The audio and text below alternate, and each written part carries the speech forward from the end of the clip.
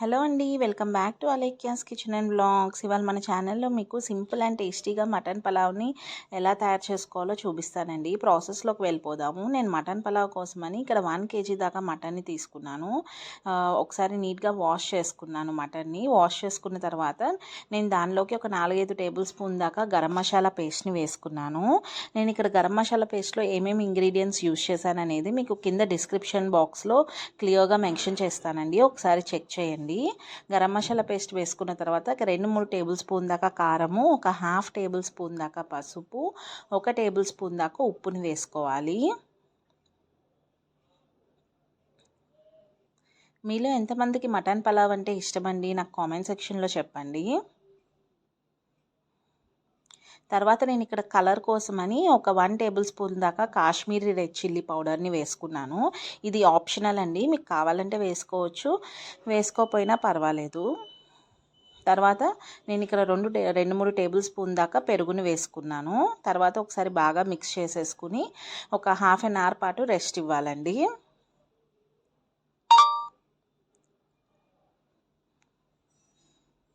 ఒక ½ an hour పాటు పక్కన పెట్టుకుంటే సరిపోతుంది.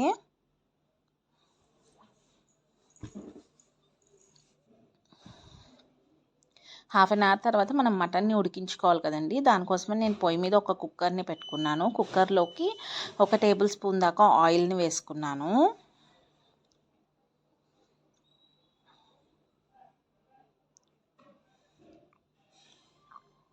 ఆయిల్ హీట్ అయ్యాక మనం ముందుగా మ్యారినేట్ చేసి పెట్టుకున్న మటన్ని వేసుకోవాలి.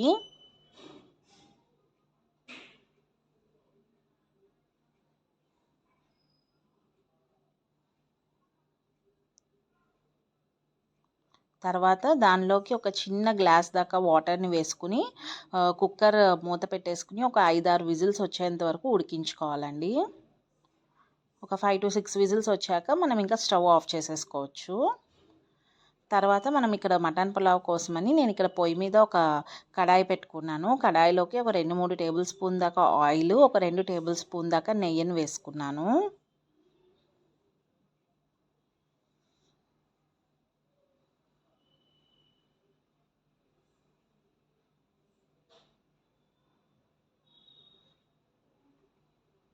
మీరు కూడా ఒకసారి డెఫినెట్గా ఈ రెసిపీని ట్రై చేసి ఎలా వచ్చింది అనేది నాకు కామెంట్ సెక్షన్లో చెప్పండి. ఆయిల్, నెయ్యి హీట్ అయ్యాక మనం బిర్యానీ స్పైసెస్ని వేసుకోవాలి.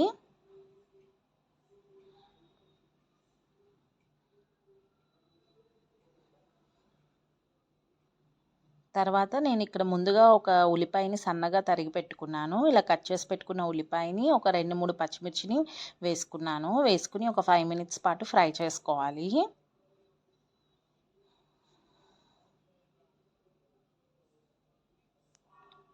ఉల్లిపాయ, పచ్చిమిర్చి బాగా వేగాక తర్వాత సన్నగా తరిగిన కొత్తిమీర, సన్నగా తరిగిన పుదీనా కూడా వేసుకోవాలి. నేను ఇక్కడ 1 కప్పు దాకా పుదీనా వేసుకున్నాను.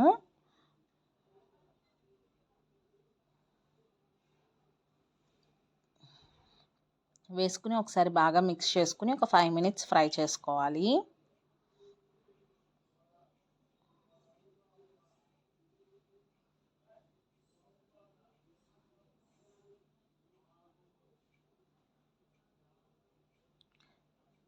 తర్వాత మనం ముందుగా ఉడికించి పెట్టుకున్న మటన్ని వేసుకోవాలండి. వేసుకుని ఒక 5 to 10 minutes పాటు కుక్ చేసుకోవాలి.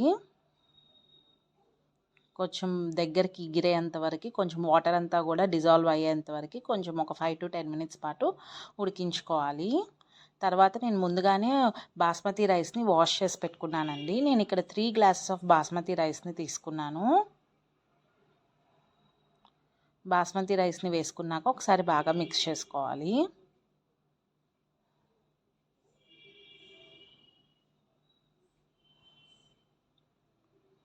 తర్వాత రుచికి సరిపడా ఉప్పుని వేసుకోవాలండి. మనం ఆల్రెడీ ఇందాక మటన్ని మ్యారినేట్ చేసేటప్పుడు ఉప్పు వేసుకున్నాం కదండి. టేస్ట్కి సరిపడా చూసి వేసుకోండి ఉప్పు.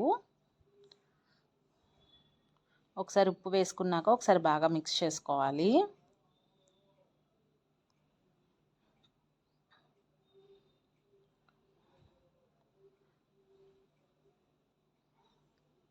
మిక్స్ చేసుకున్న తర్వాత నేను ఇక్కడ 3 గ్లాసెస్ ఆఫ్ బాస్మతి రైస్ని తీసుకున్నాను కాబట్టి నేను ఇక్కడ ఒక గ్లాస్కి 1.5 గ్లాస్ దాకా వాటర్ని యాడ్ చేసుకున్నానండి. వాటర్ని యాడ్ చేసుకున్న తర్వాత ఒకసారి బాగా మిక్స్ చేసేసుకుని పొయ్యిని మీడియం ఫ్లేమ్లోకి అడ్జస్ట్ చేసుకుని ఒక 5 to 10 మినిట్స్, ఒక 10 to 15 మినిట్స్ పాటు ఉడికించుకుంటే సరిపోతుందండి. మనకి మటన్ పలావ్ రెడీ అయిపోతుంది.